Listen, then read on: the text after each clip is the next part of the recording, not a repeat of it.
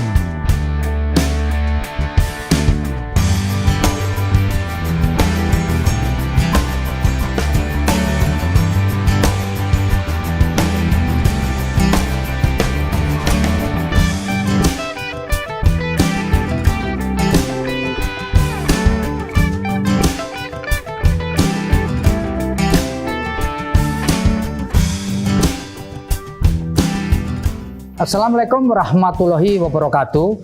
Salam damai sejahtera buat kita semua. Shalom, Om Swastiastu, Namo Buddhaya, dan salam kebajikan. Saya Feby Mahendra Putra, Direktur Pemberitaan Tribun Network.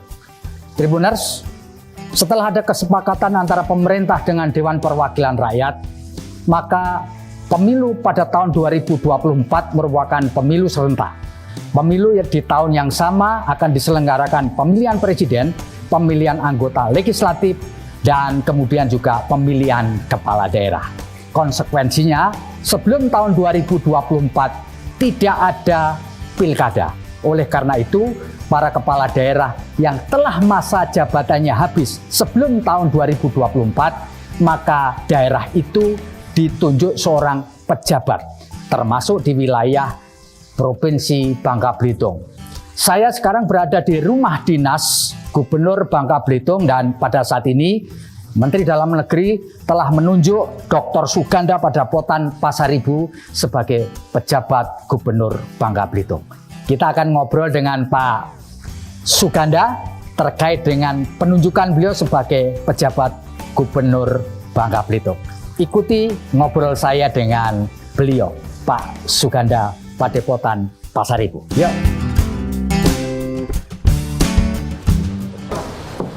Assalamualaikum. Waalaikumsalam. Pak, izin. Wah, selamat sore Pak. Apa kabar Pak? Baik Pak, terima kasih. Oh, iya. Sudah bersedia menerima saya di rumah dinas Pak. Ganteng untuk sekali. Wawancara. Ya. Kebetulan saya pakai tanja. Oh, tanja ya. Berarti Amir ya. Ya, mantap Bapak. Silakan Bapak. Ya. Tribuners, kita telah bersama dengan pejabat Gubernur Bangka Belitung, Bapak Dr. Suganda Padapotan Pasaribu. Assalamualaikum Pak. Waalaikumsalam Bapak. Terima kasih Pak Suganda telah menyediakan waktu untuk ngobrol dengan saya. Pak Suganda, bisa diceritakan sedikit Pak, bagaimana ceritanya Bapak bisa mendapatkan amanah sebagai pejabat Gubernur Bangka Belitung Pak? Bisa cerita, silakan Pak. Baik Pak. Mungkin ini sudah pernah saya ceritakan ya di beberapa kesempatan. Ceritanya mungkin hampir tidak berbeda. Jadi ini memang murni saya katakan ini adalah blessing ya. Blessing ya Pak. Blessing. Karena saya tidak pernah bermimpi untuk menjadi pejabat gubernur di Kepulauan Bangka Belitung. Ya. Mengapa saya katakan tidak bermimpi? Karena memang saya pun tidak pernah melamar. Ya. Ya, untuk menjadi penjabat Gubernur Bangka Belitung. Jadi kejadiannya itu memang cukup cepat. Jadi cukup cepat. Ini kalau mudah-mudahan tidak keliru ya, dengan data-data yang sudah saya sampaikan. Artinya di waktu itu kira-kira tanggal 8 bulan apa Pak? 8 bulan Maret ya. Oh, bulan Maret, oke. 8 bulan Maret itu saya diinfokan oleh sespri saya. Waktu itu kami ada kegiatan di luar. Saya biasa sama sespri bertiga dengan driver, Pak. Jadi waktu itu dia katakan, Pak, ini ada yang ingin bertemu dengan Bapak. Saya bilang dalam rangka apa? Randy, saya bilang. Ada yang akan disampaikan langsung, Pak. Saya bilang ya kita masih di luar ini, nanti kita tunggu saja kalau kita pulang ke kantor. Nanti kira-kira jam 2. Ini di kantor Ombudsman Republik Indonesia ya Pak ya. Nah, lanjut. Jadi pada waktu itu jam 2. Nah kebetulan itu waktu jam 2 ada yang datang menemui saya. Mungkin ini off the record. Nggak apa-apa nggak saya ceritakan Pak. Ada seseorang. Jadi pada waktu itu beliau datang. Sebentar lagi nanti kalau berkenan nanti ada Zoom Pak katanya. Zoom. Saya bilang dalam rangka apa Mas? Kita ingin mengusung Bapak menjadi salah satu kandidat penjabat Gubernur Bangka Belitung. Ya. Saya bilang waktu itu, ini yang mengusung dari siapa? Kita teman-teman Pak. Dari teman-teman katanya kita ingin mengusung. Kebetulan ya saya ceritakan aja ya. Ini teman-teman yang dari kelompok NU ya. Waktu itu saya bilang, saya ini Kristen loh saya bilang. Ya, saya Kristen apa nggak ada calon lain seperti itu. Nah waktu itu ketika kami diskusi ya panjang lebar dikatakan ya pilihan itu jatuhnya kepada saya dengan kriteria yang mereka punya kriteria sendiri. Itu pada waktu itu habis itu kemudian saya Zoom sebentar dengan ada beberapa orang. Nah di Zoom itu disampaikan bahwa apakah saya berkenan untuk diusung menjadi salah satu kandidat penjabat Gubernur Bangka Belitung. Saya katakan pada waktu itu saya nggak punya apa-apa nih. Bilang. Yang pertama itu, yang kedua mungkin terkait Belitung pengalaman saya tidak banyak, tidak mengenal banyak seperti itu. Waktu itu diceritakan memang itu tadi kue di Belitung ini bisa menjadi kue bisa menjadi racun katanya. Saya bilang ya kalau jadi racun ya bagus saya tidak usah. Iya. Tapi dalam pembicaraan itu tadi, itu berbicara, saya akan dipertemukan. Jadi konsep pada waktu itu, kita akan bertemu dengan beberapa pentolan lah dari, saya sebut ya Pak, dari partai politik yang ada di Bangka Belitung lah, seperti itu ya. Jadi pada waktu itu dengan asumsi memang saya akan diusung melalui sana. Jadi pengusulan itu melalui daerah. Melalui daerah ya Pak ya. Karena ada surat katanya dari Mendagri itu tanggal 9 itu terakhir. Harus sudah sampai usulan. Di tanggal 8, karena tanggal 8 itu besoknya sudah tanggal 9, ya nanti malam. Katanya nanti silakan Pak, nanti jam 10-an mungkin nanti ketemu melalui Zoom dengan beberapa partai politik. Nah saya memang katakan ya silakan nanti kira-kira seperti apa diskusinya saya menunggu. Lewat tengah malam, saya tunggu tuh Pak, sampai jam 12 malam ternyata nggak ada yang menghubungi saya. Dan Zoom pun tidak terjadi. Nah, tidak terjadi, ya sudah, saya menganggap itu sudah tidak jadi apa-apa lagi. Karena memang ya saya tidak pernah berangan-angan dan seperti itu. Besoknya, kira-kira pagi itu jam 8, jam 9 ya, jam 8, jam 9, terus saya dihubungi lagi tuh melalui sespri saya. Pak ini ada format yang mau diisi katanya. Format usulan. Dia bilang kok format usulannya harus diisi, bukan kayak mengisi ini. Coba saya dihubungkan dulu dengan ini, yang ini. Saya tanya ini mengapa format ini harus saya mengisi. Katanya usulan dari daerah sudah ada Pak katanya. Jadi nggak masuk nama Bapak. Ya sudah kalau nggak masuk ngapain saya bilang. Ya sudah selesai lah batas itu. Kan sudah seperti itu. Nah, disampaikan bahwa usulan itu bisa dari berbagai pihak Pak. Ya, bisa dari daerah, bisa juga dari kementerian lembaga.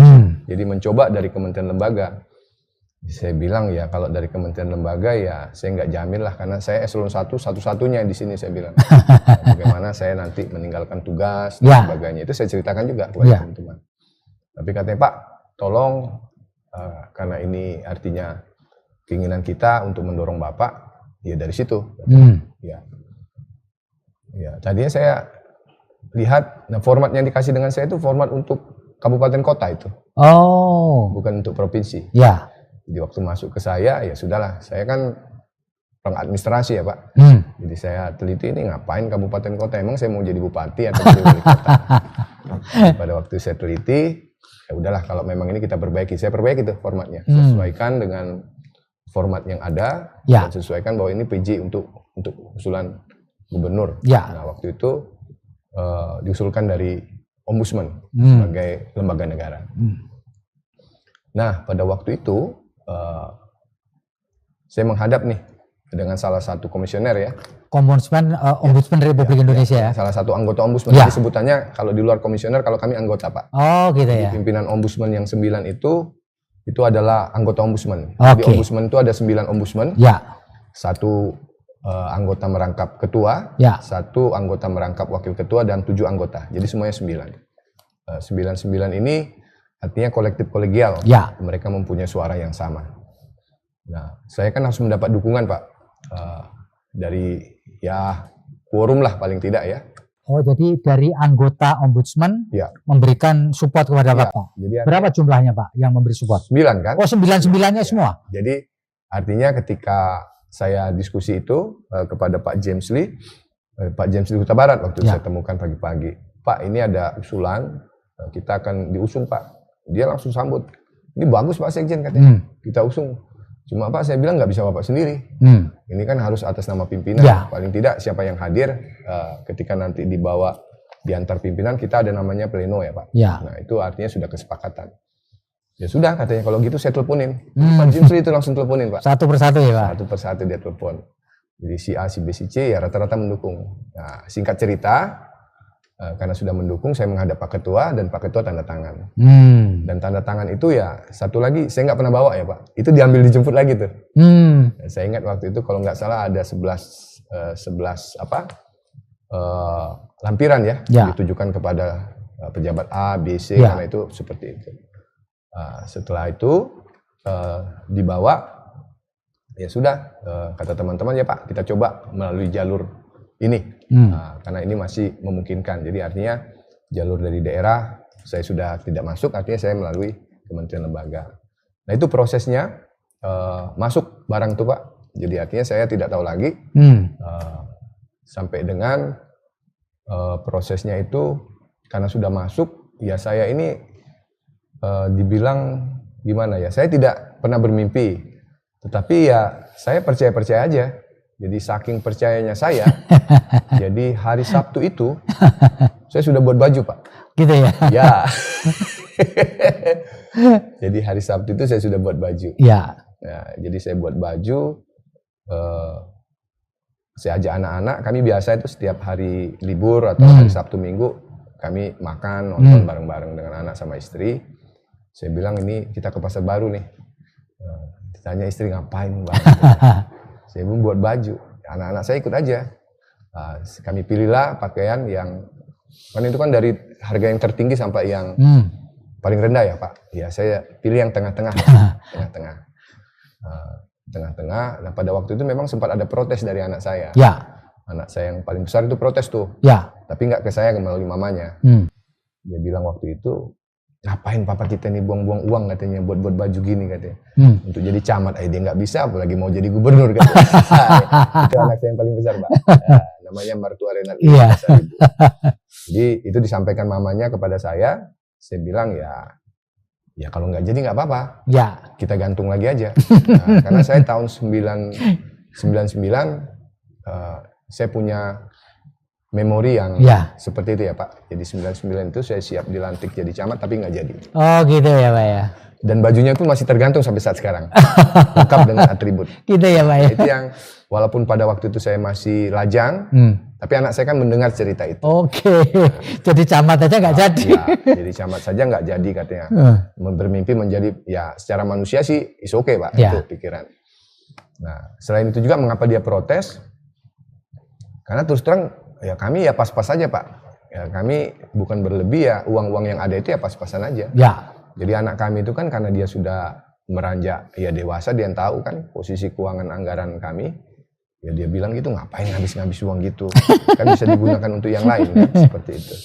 Nah inilah yang akhirnya ini, tapi tetap saya buat Pak, bahkan saya lengkap. Jadi hari itu saya buat semua dengan atribut, ini saya beli sendiri ini semua, atribut saya beli. Kalau baju ini baru dibuatkan, bajunya juga saya buat, baju putih dan sebagainya, sepatu putih lengkap dengan topi saya siapkan semua. Padahal pada waktu itu belum ya? Bukan belum. Itu masih entah di mana di awal. Iya. Ya, tapi itu tadi Pak. Artinya entah di situ saya tergerak bahwa saya percaya bahwa kalau memang saya percaya ada tangan Tuhan akan menolong. Ya. Seperti itu. Nah, ini singkat cerita berjalan. Kebetulan hari Rabunya ya Pak. Jadi kalau itu yang hari tanggal 9, berarti hari Rabunya itu sekitar tanggal berapa ya? 15 ya Pak ya? Tanggal 15. Nah, tanggal 15 itu, ya saya terinfo tuh. Ada yang menginfokan bahwa itu tadi, saya masuk tuh usulan ke Presiden Pak. Masuk ke istana ya Pak ya? Ke istana itu ada 3 nama. Artinya yang usulan daerah ada 1. Ya. Usulan dari BPIP 1 ya. Dan saya 1 Pak. Ya. Dari Mendagri 1. Mendagri 1 yang dari daerah ini dari BPIP ya Pak? Ya. Jadi Mendagri 1, ini saya nomor 3 Pak. Ketika saya lihat nomor 3, saya laporan sama istri itu.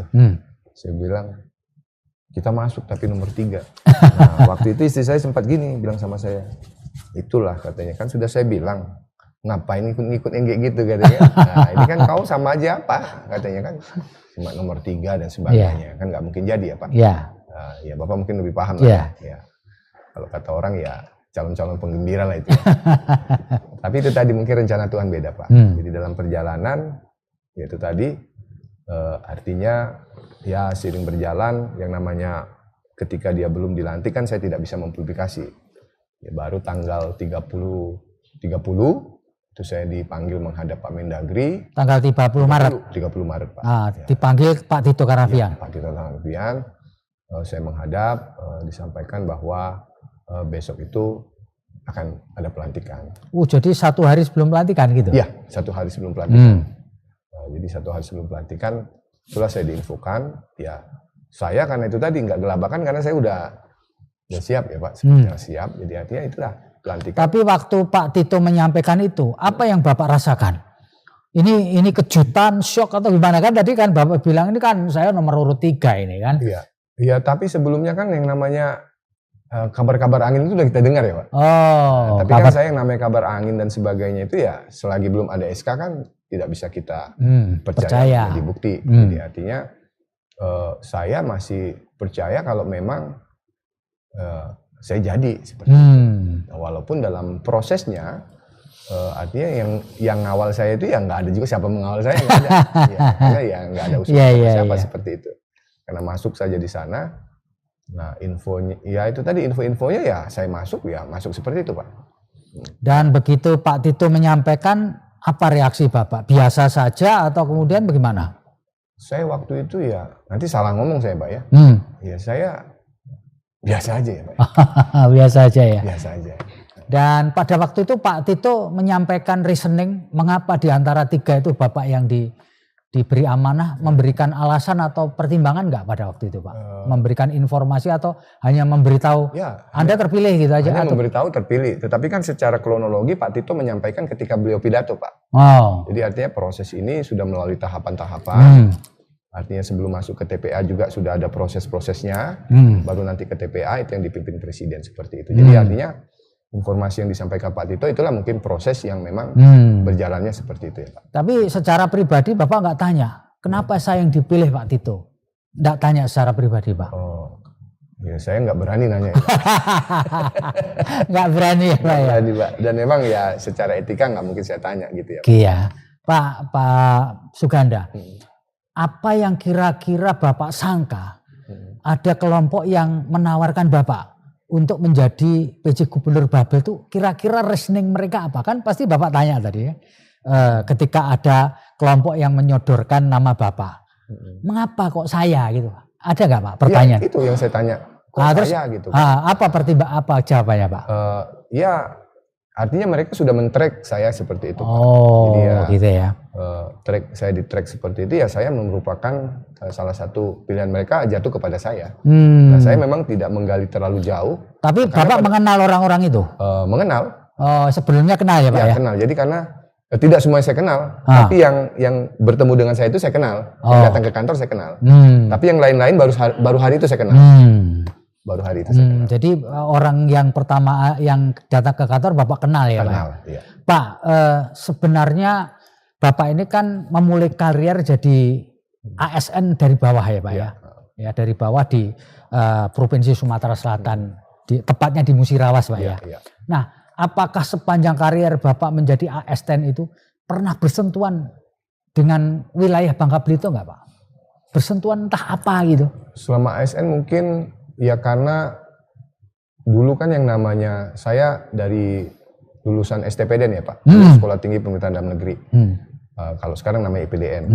Dulu kan yang namanya Bangka Belitung ini di bagian tahun dari itu masih bagian Sumatera Selatan. Ya. Jadi bahkan teman-teman kami ada yang ditempatkan di sini, ya, ditempatkan di Bangka Belitung seperti itu. Nah, khusus untuk ke Bangka Belitung sendiri sebenarnya saya baru ketika saya di Badan Ekonomi Kreatif.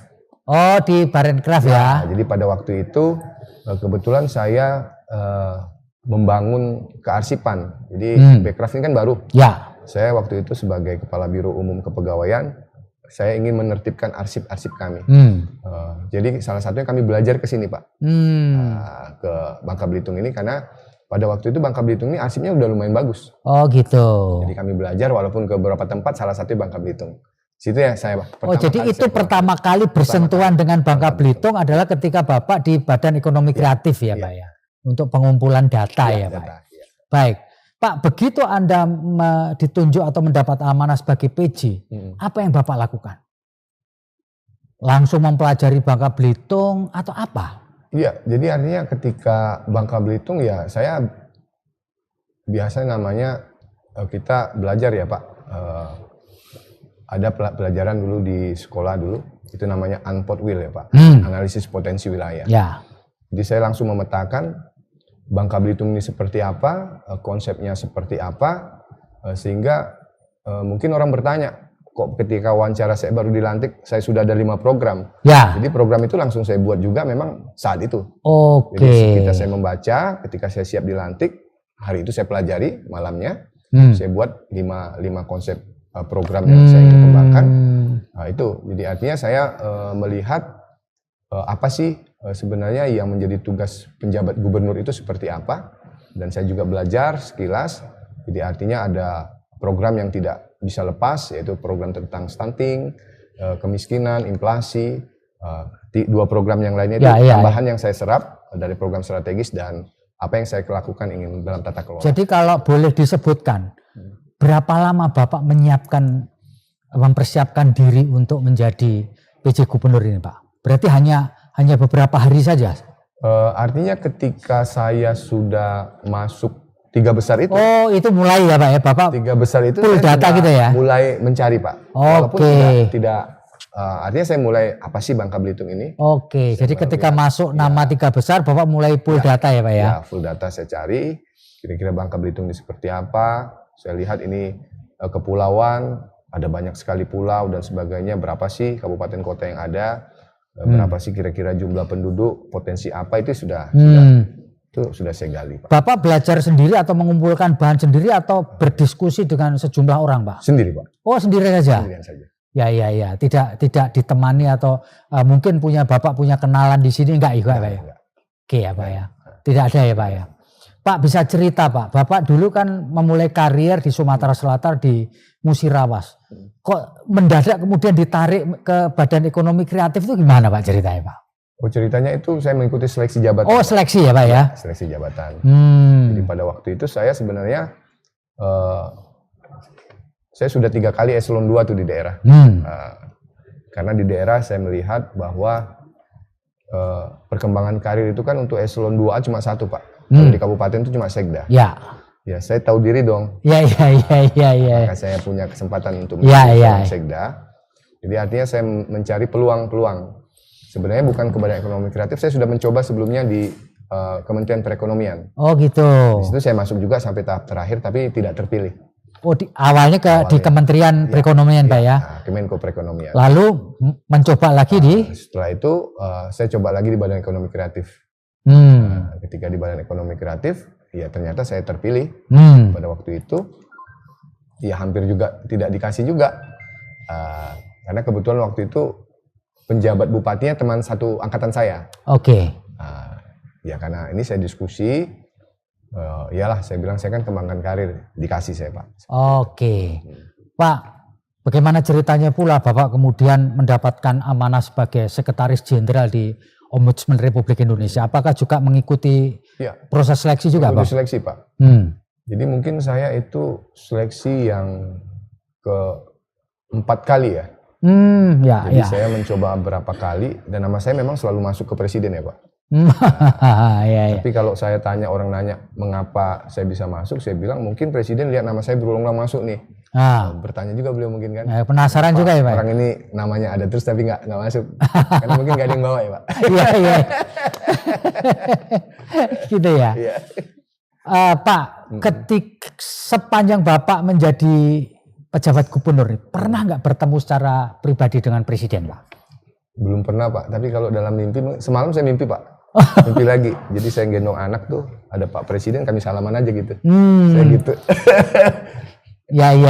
Langsung ya, tapi kalau namanya saya sekjen kan sering ya Pak, tapi kalau yang berlangsung misalnya bertemu kayak begini belum pernah ya Pak ya? Ya, jadi Bapak ini memang tidak punya akses kepada beliau secara langsung ya Pak ya. Pak, Bapak lama menjadi Sekjen Ombudsman Republik Indonesia, hampir 5 tahun kalau nggak salah Pak ya. Lebih Pak. Lebih bahkan ya. Pak, apakah pengalaman Bapak sebagai Sekjen Ombudsman Republik Indonesia ini membawa manfaat nggak buat pekerjaan Bapak atau amanah Bapak sebagai PJ Gubernur Babel ini Pak? Ya, otomatis ya Pak. Jadi artinya akumulasi ya.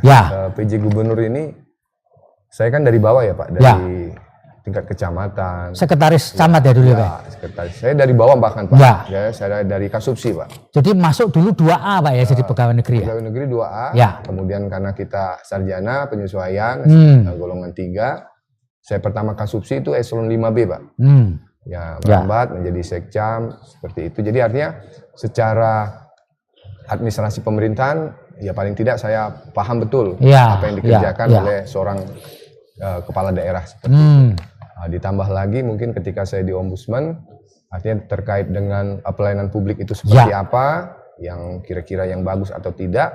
Nah itu ya tentunya ini menjadi akumulasi, sangat membantu ketika saya bertugas sebagai PJ Gubernur. Ya Pak, begitu masuk sebagai pejabat gubernur Pak, Bapak pengalaman lama di birokrasi ASN, lalu kemudian lama juga di Ombudsman. Yang Bapak lihat di Bangka Belitung ini, pelayanan publiknya bagaimana menurut Pak? Begitu masuk Pak? Ya, begitu masuk saya lihat memang sudah cukup baik ya Pak. Nah, saya katakan cukup baik karena saya punya data juga. Oh dari tempat kerja di Ombudsman ada ya Pak ya data ya? Di Ombudsman sebenarnya secara provinsi kita ini ranking nomor 5 Pak. Nomor 5 ya Pak ya? Publik di Indonesia. Nah, tapi memang perlu sentuhan lagi yang memang harus lebih diperkuat sehingga nanti ya bisa mencapai 3 atau 2 atau mungkin nomor 1 Pak terkait dengan jadi paling tidak ini basicnya sudah ada walaupun mengalami penurunan di akhir-akhir ini ya. Nah ini yang nanti akan kita giatkan lagi. Karena bagaimanapun juga pelayanan publik itu yang memang menjadi tugas pokok dari aparatur pemerintah ya, termasuk di pemerintah Provinsi Pulau Bangka Belitung ini. Pak, kalau Pak Ganda melihat crucial point di pelayanan publik yang perlu mendapat fokus perhatian di Bangka Belitung ini apanya Pak? Saya lihat masih banyak kelambatan ya Pak. Oh kelambatan ya? Jadi birokrasinya itu masih lambat. Nah ini yang memang saya coba terobos. Jadi hari pertama sudah saya terobos Pak. Jadi mungkin orang kebingungan mengapa cara kerja saya mungkin tidak biasa seperti dilakukan di sini. Nah, tetapi cara kerja yang tidak biasa inilah yang ingin saya buat sebagai pemantik, karena SDM-nya di sini cukup banyak dan ya tinggal dipoles menjadi SDM yang bisa berkinerja dengan baik. Namun mungkin selama ini ya pemantik itu yang masih Jadi artinya yang harus didorong tuh kecepatannya ya, kecepatan bekerja Pak. Ya, kecepatan bekerja ya. Pak, kalau Bapak salah satu ukuran kinerja seorang kepala daerah adalah serapan anggaran. Betul nggak Pak? Betul ya? Ya. Nah, bagaimana Bapak bisa nanti dalam proses sebagai fungsi sebagai pejabat gubernur ini serapan anggarannya bisa efektif dan tinggi, Pak? Iya. Saya kebetulan Sekretaris Jenderal Ombudsman. Betul. Kami 2021 ya Pak, itu pengelola anggaran terbaik di Indonesia. Jadi mungkin ya pola itu yang ingin dipakai juga pakai, ya. Tetapi memang saya baru dalam 1 bulan memetakan potensi-potensi yang ada, juga saya mendekatkan kepada masyarakat karena supaya saya diterima Pak. Iya betul. Sekarang mungkin cerita saya mungkin sesuatu yang dalam tanda petik yang belum ya tidak diinginkan ya Pak. Tapi sekarang mudah-mudahan saya merupakan bagian yang bisa bagian bersama masyarakat di sini. Ini yang 1 bulan saya mencoba untuk memperkenalkan diri saya dan program-program dan cara kerja yang mudah-mudahan ini yang menarik ya. Dan akhir-akhir ini artinya walaupun ada kritik-kritik yang membangun, nah itu agak sudah mulai berkurang. Tapi seharusnya saya pengen dikritik Pak. Ya gitu ya Pak ya. Ya sehingga memang kalau saya orang mungkin alergi kritik, kalau saya kritik itu saya anggap aja itu konsultan gratis Pak. Nah, jadi saya tahu. Jadi kritik itu konsultan gratis ya. Konsultan gratis. Ya. Tidak perlu saya membayar mahal karena dari kritikan-kritikan itulah saya bisa mengkalkulasi apa sih kekurangan-kekurangan yang harus saya selesaikan seperti itu. Ya Pak, suka tidak suka, mau tidak mau pada tahun 2023-2024 adalah tahun politik Pak. Betul kan Pak ya? Karena di tahun 2023 ini pendaftaran anggota legislatif, termasuk pendaftaran calon capres dan wapres. Dan setiap kepala daerah tentu mempunyai tanggung jawab untuk menjaga kondusivitas itu dan netralitas ASN, meskipun mereka boleh nyoblos. Bagaimana Bapak bisa menjaga ini supaya ASN di wilayah Bangka Belitung, terutama di wilayah provinsi, tetap menjaga netralitas, tidak terbujuk untuk ikut sana sini, ikut campaign diam-diam, memberikan dukungan dan lain-lain. Bagaimana Pak ini menjaga ini Pak? Jadi artinya menjaganya memang ya dimulai dari pimpinannya ya Pak. Dimulai pimpinan. Saya punya pengalaman. Dulu waktu masih di daerah, itu mungkin ya bisa dihitung dengan jari. Mungkin salah satu-satunya pejabat yang nggak ikut-ikutan politik itu saya. Saya terakhir sebagai asisten administrasi, itu selalu setiap di apel itu saya sampaikan. Walaupun mungkin sebenarnya risikonya besar untuk saya. Karena bisa jadi pimpinan saya nggak suka. Tetapi itu saya harus lakukan karena itu memang tugas saya. Nah, apalagi kalau saya sebagai penjabat gubernur, artinya ya saya harus lebih berani dibanding saya waktu sebagai asisten. Ini sudah saya lakukan 3 hari setelah saya dilantik. Saya sudah kumpulkan semua pejabat eselon 4 dan 3 Pak. Itu ada sekitar 7.000 ya waktu itu. Kita kumpulkan baik yang melalui Zoom maupun di GOR. Pada waktu itu saya katakan selain saya memperkenalkan diri juga terkait netralitas ASN ini juga sudah saya sampaikan. Tadi juga di apel juga terkait pendidikan nasional itu sudah sampaikan. Jadi artinya dalam beberapa kesempatan selalu saya sampaikan artinya mereka mungkin tidak bisa terlepas karena mungkin ada saudara mereka, adik mereka, kakak mereka yang mencalonkan baik itu di legislatif maupun nanti menjadi kepala daerah. It's okay itu. Tetapi mereka harus profesional, bisa menempatkan diri. Nah, di sana yang kita tuntut sehingga mereka bisa menempatkan diri seperti itu. Tapi ngomong-ngomong, Bapak sendiri tidak tertarik untuk masuk ke politik ya Pak ya? Sampai saat ini mungkin belum ya Pak. Oh belum ya Pak ya? Entah nanti ya Pak. Entah nanti ya Pak. Ya. Pak, kalau boleh Bapak cerita ini. Bapak jadi ASN sudah lama ya, sekitar 20-an. Ya, hampir 30 tahun. Hampir 30 tahun Pak ya. Sepanjang Bapak menjadi ASN dan menempati sejumlah portofolio jabatan. yang paling Bapak enjoy ketika menjabat apa, Pak? Paling berkesan, enjoy. Kalau enjoy itu waktu saya staf ahli ya Pak. Oh gitu. Iya. Kenapa Pak? Jadi staf ahli di mana ini dulu? Staf ahli waktu di Kabupaten Musirawas. Musirawas ya. Jadi saya 2 kali malah staf ahli Pak. Ah. Staf ahli pertama ekonomi keuangan, setelah itu saya staf ahli pemerintahan. Kenapa Pak jadi enjoy ketika jadi staf? Waktu saya jadi staf ahli itu artinya memang ya kebetulan mungkin ya saya dekat dengan kepala daerah dan saya dipercayakan dalam banyak hal. Jadi pada waktu itu ketika saya jadi staf ahli, semua orang bondong-bondong mau jadi staf ahli Pak. Gitu ya Pak? Semua kepala dinas, staf ahli kan dalam tanda petik ya jabatan yang kurang disukai ya Pak. Oke. Tetapi ketika saya menjadi staf ahli, orang melihat saya enjoy dan sebagainya, tenang, hidup dan sebagainya, orang banyak mau jadi staf ahli. Oh gitu. Nah, itu saya rasakan memang di situ kenikmatan. Jadi artinya sebagai staf ahli itu saya bisa mewakili kepala daerah kemana-mana. Dan itu tadi tanpa beban anggaran ya Pak. Saya tidak harus memikirkan anggaran bagaimana tanpa beban anggaran ya. Jadi nggak pusing ini Pak ya. Bagaimana penyerapan anggaran, bagaimana saya harus mempertanggungjawabkan supaya tidak salah. Karena saya tidak punya anggaran Pak, 0 rupiah anggaran saya Pak. Jadi saya ketika saya berangkat ya surat tugas dari bupati ya saya dibayar seperti itu Pak. Jadi sangat enjoy sekali. Nah gitu ya Pak. Ya. Pak, sepanjang Bapak meniti karir ini Pak. Apa yang di jabatan mana atau di posisi mana yang merasa Bapak tidak merasa nyaman atau gak enak gitu Pak? Ada nggak Pak? Sebenarnya kalau ditanya seperti itu 50-50 ya Pak. Ya dalam satu sisi mungkin ya ada enaknya, dalam satu sisi ya nggak ada enaknya juga. Ya, tetapi memang itu tadi yang beruntung saya mungkin saya selalu di jabatan-jabatan yang tidak mengelola anggaran kecuali ketika saya sudah kepala biro dan sebagai sekretaris jenderal ya. Sekretaris jenderal ya Pak. Karena di sana yang mungkin tantangan yang saya lakukan itu ya tidak seberat teman-teman yang mungkin mengelola OPD seperti itu. Tetapi artinya saya banyak belajar. Memang sikap yang harus diambil di situ ya. Ya. Bukan berarti saya tidak bisa duduk di sana. Memang sikapnya yang saya mengambil untuk tidak nyemplung ke sana ya. Ya. Pak, tadi kan anak sulung Bapak mengatakan ngapain beli baju mahal-mahal, buang-buang duit. Jadi camat aja nggak berhasil kan gitu. Setelah Bapak benar-benar jadi PJ Gubernur, apa komentar putra sulung Bapak itu? Dia selalu panggil saya bos sekarang. Ya. Jadi dia mengakui bahwa mimpi bapaknya ini nggak cuma mimpi gitu. Dia panggil terkesan kemarin waktu saya adakan halal bihalal di depan. Ya. Saya lihat di situ ada kebanggaan yang luar biasa walaupun dia nggak ngomong. Saya mungkin ya yang saya buat untuk anak-anak saya itu ya Pak. Saya tidak bisa kasih mereka yang mewah seperti orang lain. Tapi kebanggaan mereka ketika melihat ayahnya bisa bekerja dengan baik. Gitu ya. Pak, ketika Bapak ngobrol dengan Pak Tito, apa pesan khusus yang disampaikan Pak Tito? Adakah pesan khusus yang disampaikan Mendagri kepada Bapak sebagai pejabat Gubernur Bangka Belitung ini Pak? Pesannya itu ya laksanakan tugas dengan baik.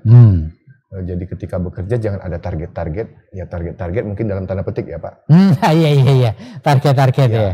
Jadi artinya bekerja dengan sebaik mungkin saja, dengan lempang, bisa berkoordinasi dengan semua stakeholder. Itu yang beliau sampaikan kepada saya dan itu yang saya lakukan sampai saat ini. Ya Pak, tentu selama proses menjadi PJ itu ada proses evaluasi, betul ya Pak ya? Ya. Proses entah 3 bulanan, 6 bulanan, setahun begitu ya Pak ya. Nah, bagaimana Bapak menyiapkan diri untuk menghadapi assessment itu Pak? Meskipun Bapak sudah biasa menjalani assess kan, mau jadi kepala biro, mau jadi sekjen pasti kan menjalani assess. Tapi assess sebagai PJ Gubernur ini kan beda Pak. Bagaimana pendapat Bapak untuk menghadapi assessment yang secara berkala Pak, untuk menentukan apakah Bapak lanjut atau tidak jadi PJ? Jadi memang ya karena saya tidak ada beban saya lempang ya Pak. Iya, jadi artinya kepada teman-teman juga saya sampaikan kalau memang saya dianggap tidak berhasil, tidak mampu, ya gak usah lama-lama. Kok bisa kembali jadi sekjen kan ya? Karena saya masih sekjen seperti itu ya Pak. Jadi saya bekerja nothing tulus ya Pak ya? Lempang. Ya ketika ada tekanan dan sebagainya saya juga nggak begitu takut lah. Ya, jadi artinya karena saya tidak mengeluarkan 1 rupiah pun untuk menjadi PJ ini, ya nggak ada juga yang saya khawatirkan. Gitu ya Pak ya? Ya, saya cuma berpikir dalam sejarah hidup saya, orang harus mengakui saya sudah pernah menjadi PJ Gubernur Bangka Belitung. Pak, di Bangka Belitung ini kekayaan alam yang sangat terkenal dari dulu adalah timah, Pak. Ya. Apakah kekayaan alam itu menjadi beban tersendiri buat Bapak sebagai PJ? Itu tadi Pak, di tagline saya itu saya katakan bahwa Bangka Belitung ini luar biasa dan modern. Ya. Nah, mengapa saya katakan luar biasa? Tidak semua provinsi di Indonesia ini mempunyai kompleksitas seperti di Bangka Belitung. Dia punya sumber daya alam, dia punya sumber daya kelautan, perikanan, dia punya perkebunan, dia punya tempat-tempat yang secara alam diakui oleh UNESCO, dan dia punya budaya yang luar biasa. Nah, ini artinya 5 hal ini adalah satu anugerah yang diberikan Tuhan untuk Provinsi Bangka Belitung. Jadi saya melihat ketika pemimpin itu bisa on the track, saya yakin nggak lama membangun Bangka Belitung ini menjadi luar biasa. Jadi kekayaan alam berupa timah bukan menjadi satu pressure buat Bapak ya? Enggak ya Pak ya? Jadi justru itu menjadi sesuatu potensi gitu potensi, ya? Pak. Ya. Karena saya tidak melihatnya itu tadi target, Pak. Ya. Pak, satu semacam tantangan buat pejabat publik adalah haters di sosial media. Bapak siap nggak menghadapi para haters, terutama karena posisi Bapak sebenarnya kan tidak dikehendaki, ya kan? Bapak bukan diusulkan oleh daerah ini kan. Artinya sebentar lagi pasti nanti di sosial media apapun yang Bapak lakukan, selain ada pendukung pasti ada hatersnya. Udah banyak Pak. Udah banyak sekarang ya. Hari pertama saya sudah dimasukkan di grup tuh, ada grup. Di grup itu isinya ya haters saja terhadap saya. Tapi itu tadi saya menanggapinya secara dewasa. Iya. Saya anggap itu konsultan gratis untuk Iya. Ya, tapi akhir-akhir ini agak kurang. Jadi hatersnya agak kurang ya? Agak kurang semangat adrenalin saya. Pak, supaya pembaca kita, supaya penonton kita lebih mengenal Bapak, boleh dong Bapak cerita riwayat hidup singkat Bapak lahir di mana, ya kan? Lalu SD-nya di mana, SMP-nya di mana, lalu kemudian anaknya dan keluarganya dari mana? Silakan Pak. Oh, saya lahir di Palembang Pak. Palembang. Tanggal 16 September 1973. Masih muda berarti Pak ya? Ya bisa muda bisa tua Pak. Selanjutnya mulai SD di mana Pak? Saya SD di Sekolah Dasar 47 Palembang. Jadi kalau rumah saya dengan sekolah itu tinggal lompat pagar sudah sekolah Pak.